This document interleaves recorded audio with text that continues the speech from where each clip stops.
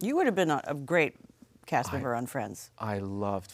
You would have been a loved Joey. Friends. My friends and I would always go around and be like, who are you most like? I mean, I always came closest to Chandler. To Chandler? Well, because I get very sort of like neurotic, and I used to die laughing. But You were a Chandler Bong.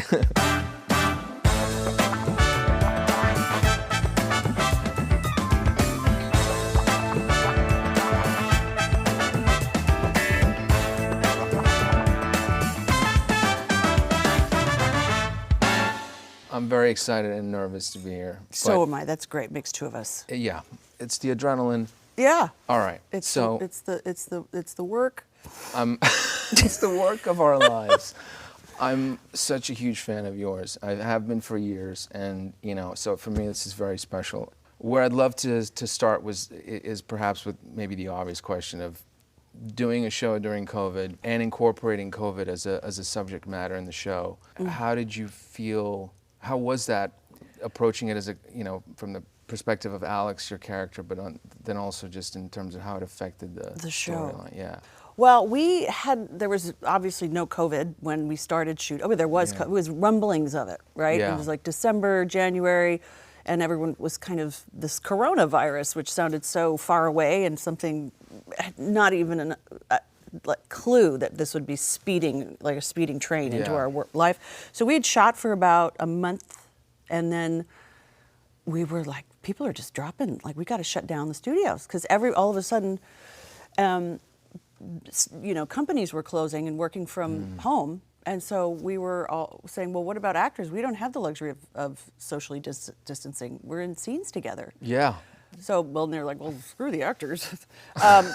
So we shut down, and then we took that time to kind of realize there was something missing in the beginning of season 2, and we couldn't put our finger on it. And not to make COVID, there was a silver lining, but in that happened, we were able to incorporate it into the show. And that's why, our writers did a brilliant job doing that. But it had to be completely reimagined. And the same thing happened with season 1, where we had about 7 shows outlined, and then the Me Too movement happened, so same thing. So I feel like our show is kind of in this place where we get to sort of actually just deliver the news literally as in real time. Yeah, because it was interesting even for me as a viewer, because I felt weirdly some kind of relief actually that I was watching something that I was experiencing as well in the same world, because we've sort of pretended in the movies, for better or worse, that it's just non-existent, or it's not happening, the masks, everything. So just to kind of have that mirror was.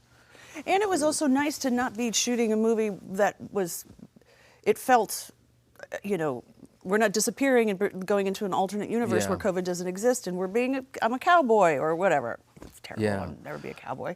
But you know what I mean? Imagine that. I know. But yeah. Well, and then also I just think, like, as an actor, because at the time, right, you were hearing so many different experiences of people getting COVID, and then obviously Alex gets COVID. Yeah. And just sort of like, what were some of the conversations or decisions around, like, how much of the symptoms you'd have? Because it was sort of, we didn't know, right? No. Like, and in the show, we don't know. Yeah. It's at the beginning, and after I go to Italy. And after speaking to everyone I knew who went down with COVID, there wasn't a symptom basically that didn't exist. So it was quite intense actually, because it was also at the end of our shooting schedule, and we were all just crawling to the finish line, literally. So I actually felt beat up internally, and it was perfect timing, and to be able to incorporate all of that. I no-showed a debate. I charter a plane into the middle of a hot zone, 4,000 miles away, and I didn't tell a soul where I was going. And Chris Cuomo, who had COVID and delivered the news from his home, was very helpful for us. We talked with him a lot. And also, I found, I don't know how you feel, like in the pandemic, watching the news was heartbreaking and exhausting, and sometimes it made me even more paranoid. I know.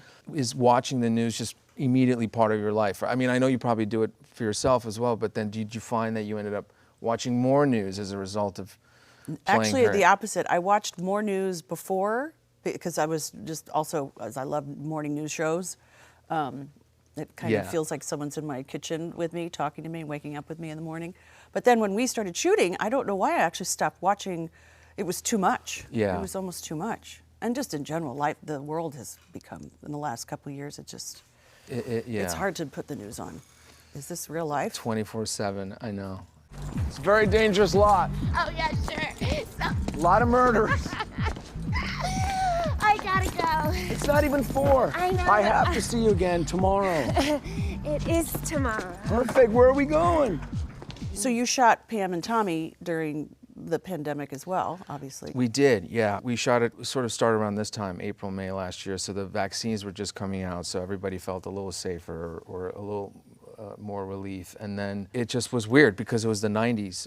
No. Every day for 12 hours. Which, by the way, feels like yesterday. I know. Watching that show, which was so weird and bizarre, I have about 1,000 things to ask you about Pam and Tommy. Can I just ask one really just blatant one, get it out of the way? Of course. So you have a scene where you're talking to your penis. Yes. How do you prepare for that? And are you reading it going, talk. is this like, how does it read to you on the page? I found that the less I thought about it, the better, because you just sort of kind of, the train of thought starts to go into panic mode. But it was a tricky scene to shoot because when we were shooting it, we didn't know if it was really going to work, if it was going to be too much or not. Or so did you shoot it kind of two ways, where it was sort of like your alter ego? Or I mean, there were, it was suggested that it was you were talking to? Oh no, it was there. Okay. They were, there were components, manual and prosthetics and things, and people with wires sort of plugging things into sockets. That's crazy. Yeah, well, yeah, because I thought, look, we have the benefits of CGI. I mean, there's.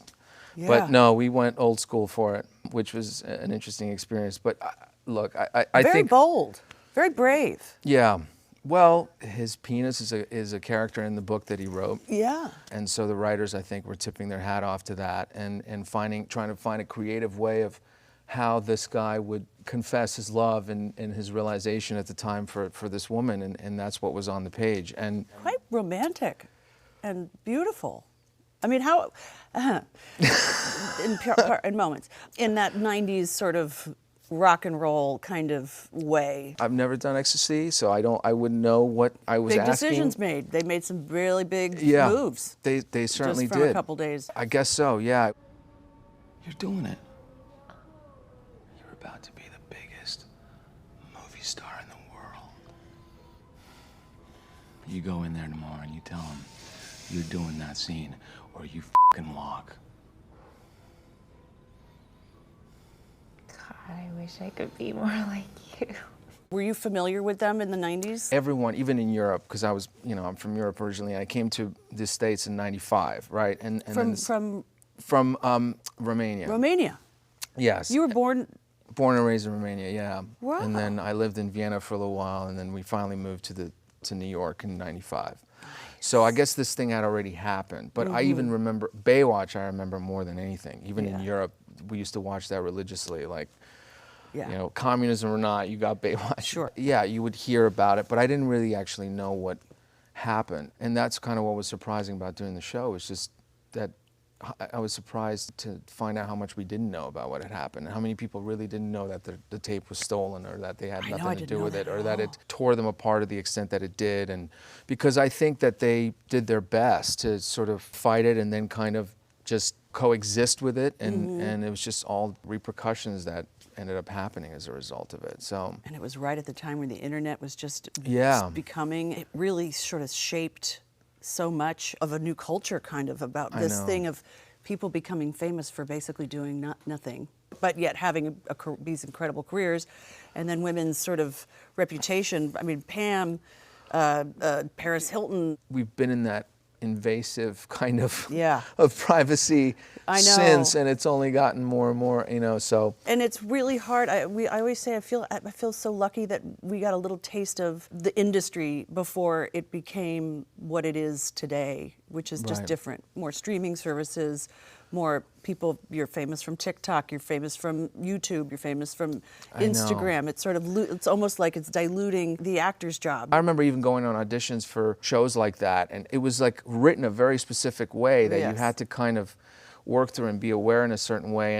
And this is obviously so different, and your dialogue is very different. And just, did you find anything different with it being a streaming service, or how did you find approaching the dialogue piece of this compared to that other style? Half hour was so easy compared to, I mean, you had an audience. It was like being, I'm like, that sounds like the most terrifying thing ever. But and every actor who was a film actor who came onto our show to Friends was they were terrified. Yeah. It was the audience was like, what are they doing? Who are these people laughing at what I'm saying? yeah, Morning show feels like you're shooting a film. It's this Yeah. hours are this, although you're covering much more real estate a day. So the dialogue, for me, I would take every Sunday and I would just hammer the whole week out with my acting coach, and we would spend 3 hours, sometimes 4 hours, just going over every scene for the Yeah. week, so that I became kind of comfortable with speaking like someone who is way smarter than myself. And I mean, Billy Crudup also, my gosh, I mean, you turn a He's page and it'd amazing, just be yeah. like, Billy, Billy, Billy, Billy, Billy. Oh, our hearts just sank for him. But I always think of what we do kind of as sometimes you're just taking inspirations and it's ingredients from different places and kind of that go into this thing that maybe. And so, did you watch just anyone in specific, news yes. anchors and Many. I mean, 'Cause they have a way, yeah. My dream human is Diane Sawyer. Like, she was sort of my ultimate, this is who I would like to emanate in some way. And I've known Diane for so many years, and so I had a wonderful dinner at her house right before we started, and it was like right as we were writing the shows, and just the stories were endless and fascinating, yeah. and so I sort of incorporate some of any little bits that I could. And Gayle King was great, Chris Cuomo was great, Hoda. They were all just really excited because it is such a world behind the scenes of what goes on. Oh yeah, that we don't see. That we No. don't. We just get this sort of. The good morning, everybody. I I'm just so know. happy to see you and make you feel so comfortable. And then there's so much Yeah. crazy stuff. And I'm gonna go toe-to-toe with you for all the best stories, screen time, and I'm not rolling over. I'm gonna compete with you. Do it! That's what you should do! Compete! Don't roll over! I always just, kind of was amazed at the fact that their day starts at 3 a.m. Like, It's a very strange, like, nocturnal existence. yeah, and it's got to play on your psyche. Yeah. And to do it for that long, I mean, 25 years, some of them have been doing this. And you have to love that job a lot. Your life is hijacked, pretty Yeah. much. They're in bed by 6, 7. Yeah. Growing up in Romania, when did you decide, I want to be an actor? And did you? I didn't know. I was just, I guess I was like really good at impressions or something. My mom used to kind of bring me out for the show, Perform. Yeah, when we would have Perform, young men. people over. Yeah, she didn't push me with anything. I mean, I guess for a little while she tried, while we were still in Europe. I lived in Vienna for 4 years before New York. So then I would go to these casting calls with her, and I would hate it. And then so she sort of just left me alone. And then when I moved to the city, I started going to this acting camp, Stage Door Manor, and we did musicals there. So that was the. You did? Are you a Yes. singer? Well, at karaoke, I'm Pretty good. pretty Solid. I'm not an embarrassment, I guess. Good to at know. Karaoke. Okay. In case you So want to you'll go. be invited. Yeah. Nice. I guess I was like 15, 16, and then it just started from there. And your first big break was that Gossip Law Girl? and Order. Oh, Law and Order. Yeah. Yeah, Law and Order for sure. Fancy. Not a commercial. No. You went no. right into the big leagues. Yeah, Jerry Orbach. Yeah. Yes. Oh my And- God, I went to high school with his son. It's such a small world out there Wow, yeah. in New York. That was it. And then, I guess watching a lot of TV and movies helps. You are extremely talented, I have to say. And Thank you go from like a Marvel film to Flesh. Fresh, which yeah. Flesh. Fresh. Is it Fresh or Flesh? Fresh as in, it's really fresh. The one about the Yes. The guy? Thank God they didn't go that far as to make it flesh. But Why did I think it was called Flesh? Because it should be in a way. I've been telling people you've got to see Flesh. They're like, Yeah. what? Oh my gosh, that's why I was like, I watched that, and then when I finished Pam and Tommy, I was like, Yeah. wow, this man really has sort of gone into the world of 2021 was interesting. Yeah, interesting. But what I was saying is, you're able to do comedy and drama seamlessly. I appreciate that. I don't know. I don't know. It doesn't feel seamless to me. It feels a little Usually, bit. But that's when you're doing your job well, is when it doesn't Yeah. would seem seamless to me. I love to, Do you practice? yeah, I do it all the time. Ever since I started, it's just been like way more chill and calm. Hey! Hey! Get the out of here! I see you, mother. You know this better than I do, because the Marvel I've done for 10 years, and you play a character for a long period of time. You sort of feel it's like riding a bike. Yeah. You kind of keep coming back to it, and then after a few years, somehow it just, I don't know, you just go there very easily. Yeah. But you do sometimes kind of, I guess for me, I was sort of interested in kind of just trying to take different turns from that. Yeah. As best as I could. And Maybe just for my dabble own. in other, for your own actor. Yeah, or just trying to see if you can, I guess. And these projects had great people involved in that. I try to kind of stick to. I love one of Better. your directors of Pam and Tommy, Miss Lake Bell. Oh yeah, of course. Yeah, I loved working with her, and you guys work fantastic. together. Not yet. We want to. Okay. We're just friends. We're just buds. Yeah. But she's pretty fantastic and did such a good job. Yeah, and so it was a great opportunity, to kind of just try something different. And when you started it, what were you guys told in terms of tone? Like, what was the specific tone? Because it's so, there's a definite signature to it, and it's funny and it's kind of high brow. yeah. Well, I think Craig Gillespie, who I worked with on I, Tonya, him coming onto it, it felt sort of like I understood what we were going for with that fine line between kind of comedy and drama and stuff. And it was really well written. It was in the script. It was one of those things where you didn't really have to improvise. The sort of cadence and the inflection of how they spoke and everything were in the scripts, and the comedy of it was there too. So we just sort of had to follow this roadmap, basically. And did you feel nervous about playing a real life person that Yes. it's still on the planet? For sure. Yeah, Assuming you guys, did you ever meet before? I found a way to reach out and just sort of wanted to introduce myself. I just thought that was the respectful thing to do. Yeah. And it's bizarre because I think it's a real person, and there was so much information online, and obviously the book he had written, which also Pamela's in, but also the articles, and then there was another book written on the band. So there was a lot of research to be done. It was actually, the work was done. It just was more kind of trying to fit into this thing that's not you. And how long were you in that makeup chair? Like 3 hours. Do you use that time in the makeup chair now? Is that a time for you, like where you're kind of focused, like the last sort of go around on what you need to do? And is that, or is it, do you like to be, is it a moment of just taking a breath before you start, or how? It's a little bit of both, depending on what is ahead of me. But usually, like when I do that Sunday work, which it really nails it into my kind of my neuro pathways, then it's just about lines, and then I just speed through it, and then I'll just breathe, and then I forget about it. And then, or if it's going to be an emotional, which morning show is more emotional than I think I've ever been in my whole life. I mean, to this day. One of the things that I loved sort of about your performance was that I feel like when I'm watching Alex, there's always sort of this volcano underneath that's just like almost about to, and I feel like I never know when it would come or when it may come or not, and so I'm Neither just. did they. It's like I was fun to be around. Yeah, but I mean, no, I was never. But that's where you kind of, why you sort of like, you can't take your eyes off of you in those situations, and so I'm just curious whether, like, kind of walking with that weight and kind of keeping that, were you conscious of that a lot, or was that? It was one of those things where when I left work, I had to drop it. I had to like listen to a funny podcast, because it was literally, it felt like I was unloading years of buried feelings, which was, and as my acting teacher always said, acting is a healing craft. And I never understood that more than in this particular show. I mean, and others as well, but this consistently over and over and over again, to just have to keep digging. And you're like, I don't know if there's anything left. But somehow you just go, oh, it's still there. There's something more. I don't know if you ever heard this saying, because I always heard when I was from my acting teachers and stuff, that I was always told, just bring the day with you. Yeah. Right? Because it's like you can prepare as much as you can, but then your life is still going to happen. Yeah. And that was like a huge thing for me, even in auditions, because sometimes you go in auditions and you're like, please hire me. Oh, God. I And was it's just the worst at auditioning.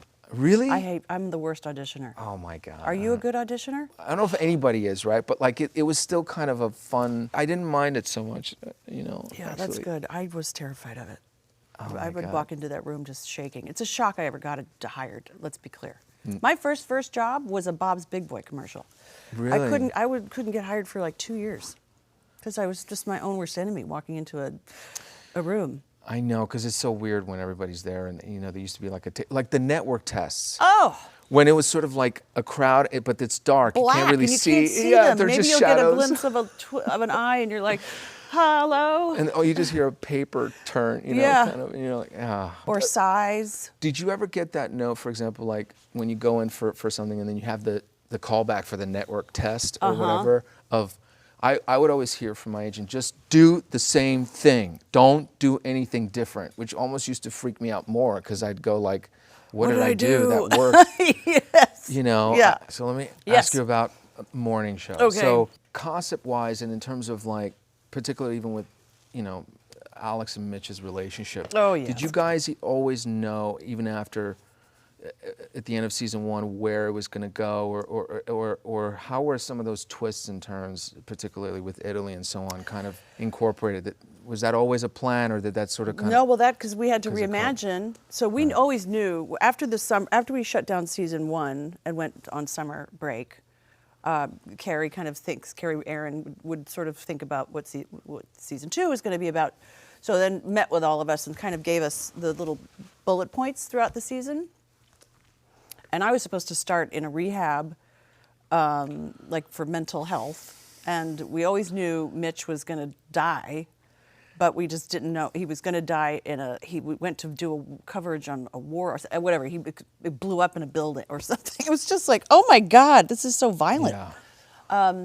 So we always knew that was going to happen. But then, of course, this kind of just played out really beautifully with him being sort of sent into exile in Italy to just sort of live in his shame. By the way, I do have to comment. It's you had one of the best moments on film. You had your network moment. Oh my God! Which was, yeah. I mean, I feel like when you're Mad as watching hell. it, it's just insane to watch as an audience member. But then as an actor, I feel like if I read that, I'm like, yes, this is good. This is great stuff. There's a lot of those, and I feel like Carrie really gifted all of us with the material that is like an actor's dream. From the network, mad as hell, I'm not going to take it anymore.